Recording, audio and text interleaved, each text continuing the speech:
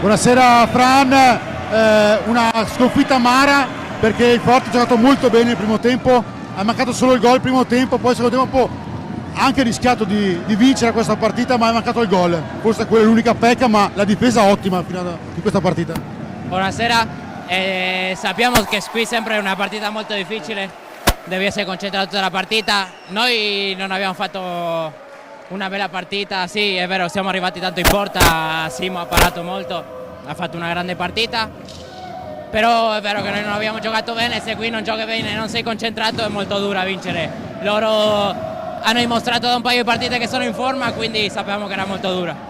Ovviamente tu la conosci molto bene questa pista che abbiamo visto a dare abbracci a tutti i tifosi del Saltana che ancora ti ricordano molto bene, grandi ricordi in questa pista, però un grande campionato per il Forte, secondo posto, in pochi se lo aspettavano, dire il vero, però penso che siete soddisfatti fino a qui. Sì, ho giocato 3 anni qui, so meglio di tutti quanti quanto è difficile giocare qui, è molto dura. Sono contento che stanno in forma, voglio bene la gente, sono brave persone, quindi sono contento per loro.